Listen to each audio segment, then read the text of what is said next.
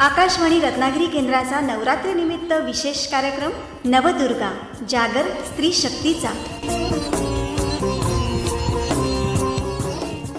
नमस्कार श्रोते हो. नवदुर्गा जागर स्त्री शक्तीचा या आकाशवाणी रत्नागिरी केंद्रनिर्मित नवरात्रोत्सव विशेष कार्यक्रमात मी चेतना जोशी आपलं स्वागत करते. आज नवरात्राची 8वी माळ. आज या कार्यक्रमात आपण अशा एका अन्नपूर्णेला आमंत्रित केलंय जिनं फक्त रत्नागिरीतल्याच नव्हे तर रत्नागिरी बाहेर खवय्यांच्या आवडीनिवडी पुरवल्या आहेत, जपल्या आहेत. रत्नागिरीतील यशस्वी उद्योजिका अल्पना किरपेकर मॅडम यांच्याशी आज आपण गप्पा मारणार आहोत, त्यांच्या कार्यक्षेत्राविषयी जाणून घेणार आहोत. नमस्कार किरपेकर मॅडम, कार्यक्रमात तुमचं स्वागत आहे. नमस्कार.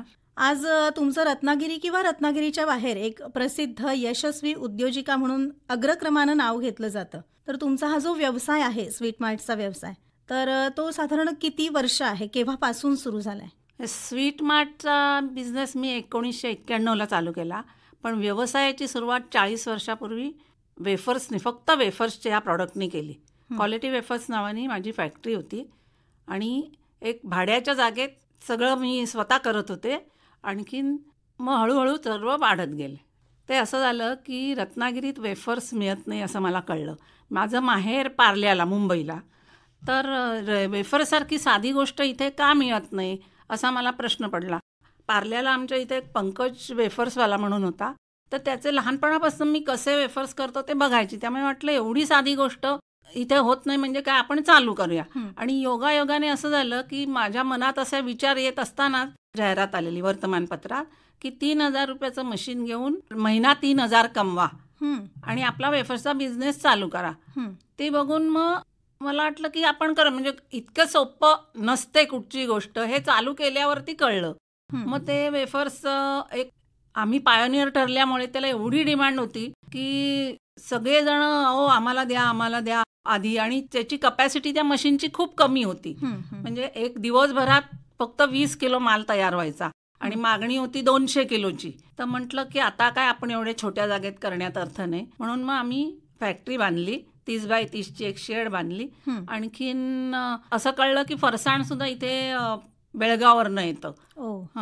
तर मग असं वाटलं की चला आपण ते पण चालू करूया. म्हणून मग ती फॅक्टरी बांधल्यानंतर वेफर्स, फरसाण वगैरे जवळजवळ एक 50-60 आयटम आम्ही चालू केले. फरसाणमधलं म्हणजे प्रत्येक वेगळं, पापडी, भावनगरी, 4-5 प्रकारचे चिवडे, 4-5 प्रकारचे शेव, असं सगळं केलं. पण त्याला पण इतकी डिमांड वाढली की त्या 30 बाय 30च्या शेडमध्ये आम्ही दिवसभर काम करून सुद्धा मागणी पुरी करायचं नाही.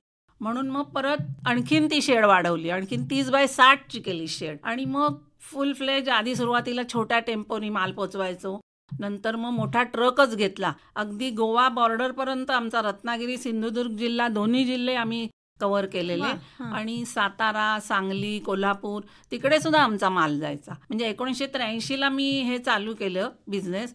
आणि 91ला असं वाटलं की आता आपलं स्वतःचं आउटलेट पाहिजे, हे सगळं विकायचं. आपण होलसेलमध्ये लोकांना देतो, त्यापेक्षा आपलं स्वतःचं एक असलं म्हणजे त्याच्या साईड बाय साईड. म्हणून मग ते 1991ला संगम स्वीट मारुती मंदिरला दुकान चालू केलं मिठाईचं. मग त्याच्यात अनुषंगाने मिठाई पण करायला सुरुवात केली. मग त्याची एक वेगळी फॅक्टरी बांधली आणि मिठाईचे आज आम्ही जवळजवळ 100 प्रकारच्या मिठाया बनवतो. लाडू, बर्फ्या, खव्याच्या मिठाया, दुधाच्या मिठाया, ड्रायफ्रूटच्या मिठाया, असं म्हणजे ते सगळं किती 2000 सालपर्यंत आम्ही नुसतं आधी वाढवत होतो. 1983 साली तुम्ही वेफर्सचा होलसेलिंगचा व्यवसाय सुरू केलात आणि 91च्या दरम्यान त्याच्यात स्वीट मार्ट पण ॲड केलं तुम्ही. तर ह्या दरम्यान मुलं लहान असतील किंवा रत्नागिरीतलं त्यावेळेचं वातावरण कसं होतं, याच्यासाठी तुम्हाला आर्थिक पाठबळ सुरुवातीला कुणाचं मिळालं, या संदर्भात आम्हाला थोडंसं सांगा. तेव्हा महिला कोणी बिझनेसमध्ये नव्हत्या, म्हणजे अशा फार कमी प्रमाण होतं. आणखीन घरनं मला सासूबाईंची पूर्ण साथ मिळाली आणि मिस्टरांनी पण त्यांचा जो बिझनेस होता तो हळूहळू वाइंडअप करून ते पण फुल फ्लेज मला जॉईन झाले. कारण त्यांचा पण व्यवसायच होता. त्यांचा आधी फिश एक्सपोर्टचा बिझनेस होता, मग नंतर फिश सप्लाय करायचे. पण ह्याचा इतका आवाका बघून त्यानं म्हटलं की तुम्ही पण आता ह्याला जॉईन झालात तर बरं होईल म्हणून. आणि मग दोघं मिळून आम्ही काम करत होतो. आणि फायनान्सचं म्हणाल तर तेव्हा आम्हाला प्रश्नच होता. तेव्हा आत्तासारख्या बँका कर्ज वगैरे देत नव्हत्या. तर तेव्हा आम्हाला MSFC म्हणजे महाराष्ट्र स्टेट फायनान्स कॉर्पोरेशननी एक 1.5 लाखाचं कर्ज दिलं. ते सुद्धा आम्हाला तेव्हा इतकं वाटलं बापरे हे घ्यावं की नाही. बँकेच्या साहेबांनी पण वर्किंग कॅपिटलला पैसे दिले आणि त्यामुळे फायनान्सची बाजू आमची बळकट झाली. आणि असं म्हणतात की यशस्वी पुरुषाच्या मागे एक स्त्री असते. तर यशस्वी स्त्रीच्या मागे मी तर म्हणते पूर्ण कुटुंब असतं. त्यामुळे मला घरची कधीच काळजी नाही वाटली. सासूबाईंनी आणि माझ्या आईनी पण मदत करून मुलींकडे बघणं, त्यांच्या शाळा बिळा वगैरे ते सगळं बघितल्यामुळे मी इथे वेळ देऊ शकले आणि काम करू शकले. नक्कीच, कारण 83 म्हणजे तेव्हा एखाद्या स्त्रीने व्यवसायात उतरणं हे तेव्हासाठी खूप कठीण होतं आणि त्यात घरी मुलं सांभाळायची, घरचं बाकीचं बघायचं आणि व्यवसायात बघायचं. बरोबर. मग हे सुरू करताना तुमच्याकडे मॅनपॉवर किती होती, वर्कर्स किती होते? 83 साली फक्त 3 वर्कर होते. हां. वर्षभरातच फॅक्टरी बांधली.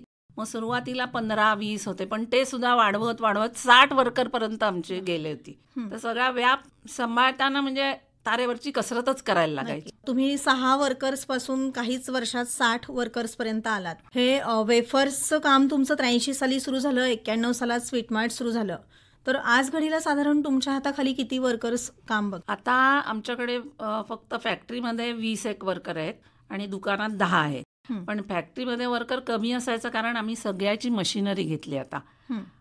पेढ्या करण्यापासून, मोदक करण्यापासून, खवा करण्यापासून सगळं मशिनरी. जे काम आधी मॅन्युअल व्हायचं ते आता मशिनरीवरती गेल्यामुळे तरी 20 वर्कर्स आहेत आमच्याकडे. आणि एक साधारण 2006च्या दरम्यान आम्ही वेफर्सची फॅक्टरी बंद केली कारण त्याचा दोन्ही मुलींची लग्न झालेली आणि तो खूप व्याप होता. एवढी 60 माणसांना सांभाळायचं, आणखी सगळ्या त्यांच्या भानगडी सांभाळायच्या, म्हणून ते आम्ही बंद केलं. पण काय झालं, सगळे लोक बोंब मारायला लागले की तुमच्यासारखी क्वालिटी नाही. आम्ही इतके वर्ष केलं काय, मेन तर क्वालिटी मेंटेन केली. तर त्यामुळे सगळे लोक म्हणायला लागले की मॅडम काय तुम्ही आता हे कोणाचं फरसाण घेताय आणि विकताय, अजिबात आम्हाला पसंत नाही पडत. वेफर सोडून बाकीचे सगळे आयटम आता करतो. परत MIDCत फॅक्टरी घेतली आणि तिथे या सगळ्या गोष्टी परत करायला लागलो आता. अच्छा, मुली लग्न होऊन आता सासरी गेल्यात, तर मग हा व्यवसाय तुम्ही दोघंच फक्त हँडल करता की? नाही, आता दोन्ही मुली आणि जावई आम्हाला जॉईन झालेत आणि आता अजून एक कुवारबावला दुकान चालू केलंय. त्याच्यानंतर रेल्वे स्टेशनच्या जवळ संगम रिजन्सी म्हणून एक हॉटेल बांधलं. ते 2014ला चालू झालं आणि ते आधी 22 खोल्या, रेस्टॉरंट असं एवढंच होतं. पण त्याला सुद्धा एवढी डिमांड होती, सर्व रूम सगळं कायम फुल जात होतं. आणि आता कसं कोकण टुरिझम भरपूर वाढलेलं आहे, तर तो विचार करून आम्ही परत आणखीन त्याचं पण एक्सपान्शन केलं. 22 रूमच्या आता 48 रूम झाले आहेत आमच्याकडे. लग्नाचा हॉल त्या एरियात नव्हता म्हणून ते AC लग्नाचा हॉल गेल्या वर्षी चालू झालेलं आहे. अच्छा, तुम्ही आज एक यशस्वी स्त्री उद्योजिका आहात. तुम्हाला सुद्धा 2 मुली आहेत. तर तुमच्या इथे जे वर्कर्स आहेत त्याच्यामध्ये सुद्धा तुम्ही महिलांनाच प्राधान्य दिलंय का? हो. विशेष सांगायची गोष्ट म्हणजे आमच्याकडे जवळजवळ 80%हून जास्ती महिलाच आहेत कामाला, दुकानात पण आणि फॅक्टरीत पण. काही लोक आम्हाला चेष्टेने म्हणतात काय तुमच्याकडे महिला राज आहे की काय सगळा. एक महिला सुद्धा बाहेर पडली की तिचं पूर्ण घर चालतं. फक्त पुरुषच घराबाहेर जाऊन काम करतात असं काळ तर आता राहिलेला नाहीये. बरोबर. पहिलं तुमचं वेफर्स, मग स्वीटमार्ट, आता हॉटेल व्यवसायात सुद्धा तुम्ही आहात. तर अजून काही फ्युचरमध्ये नवीन सुरू करायचं डोक्यात आहे का तुमच्या? आहे. आता मुली आणि जावई जॉईन झाल्यामुळे असं वाटतं की आपण इतक्या समुद्रकिनारी राहून समुद्रकिनारी एखादं रिसॉर्ट बांधावं किंवा चालू करावं अशी इच्छा आहे. त्या दृष्टीने सगळे इन्व्हेस्टिगेशन किंवा मग ॲग्रो टुरिझम वगैरे. तसंच ॲग्रो टुरिझम किंवा मला मेन समुद्रकिनारी रिसॉर्टमध्ये इंटरेस्ट आहे जास्ती ॲग्रो टुरिझमपेक्षा. विशेष सांगायची गोष्ट म्हणजे 83 साली बिझनेस चालू केल्यावर 88 साली मला राज्य शासनाचा यशस्वी उद्योजिका म्हणून पुरस्कार मिळाला. आपल्या कार्याची शासनाने पण दखल घेतली, त्याच्यामुळे खूप आनंद वाटला.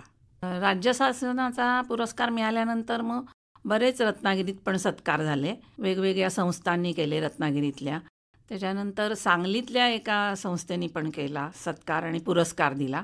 कॉलेजमध्ये वगैरे बोलवायचे मुलांना हे करायला, ॲड्रेस करायला, शाळांमध्ये बोलवायचे की तुम्ही आम्हाला येऊन जरा माहिती सांगा आमच्या मुलांना उद्योग करायला. पण राज्य शासनाचा सगळ्यात त्यातला म्हणजे अभिमान वाटण्यासारखा तो पुरस्कार होता. एक यशस्वी उद्योजिका म्हणून तुम्ही महिलांना काय संदेश देऊ इच्छिता? Any work done with dignity is never below dignity. म्हणजे मी सुरुवातीला वेफर्सच्या मोठ्या वेफर्स हलके असायचे, त्यामुळे मोठ्या पिशव्या घेऊन मी स्वतः दुकानदारांकडे जायचे. तेव्हा असा विचार नाही केला काय म्हणतील लोक, आपण एवढी मोठी पिशवी घेऊन जातोय, ते असा विचार चुकून सुद्धा मनात नाही आला. आता मला इतक्या वर्षांनी सक्सेसफुल झाल्यानंतर आता लोक म्हणतात आम्ही तुमचे कष्ट बघितले, तुम्हाला एवढ्या मोठ्या पिशव्या घेऊन जाताना बघितलं वगैरे. म्हणजे मुद्दा काय सांगायचा की तुम्ही कुठल्याही आपलं काम म्हटल्यानंतर त्याच्यात कमीपणा वाटता कामा नये तुम्हाला. नक्कीच.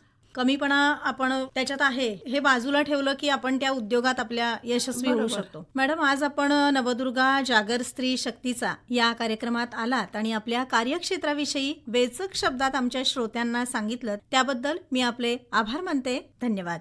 नवदुर्गा जागर स्त्री शक्तीचा या विशेष कार्यक्रमात श्रोतेहो, आज आपण ऐकलीत रत्नागिरीतील उद्योजिका अल्पना किरपेकर यांची चेतना जोशी यांनी घेतलेली मुलाखत.